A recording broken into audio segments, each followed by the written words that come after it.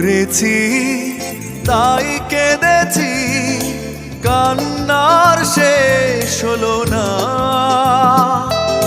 ভুল কি আমি একা করেছি, তোমারও কি ভুল ছিল না? ভুল করেছি তাই কেঁদেছি। গুরু যখন মাঠে খেলবো, শিষ্য তুমি দেখবা, 1 ডজন কলম দিব। গুরু যখন মাঠে যা কিছু করব, তুমি সিনায় সিনায় লেখবা।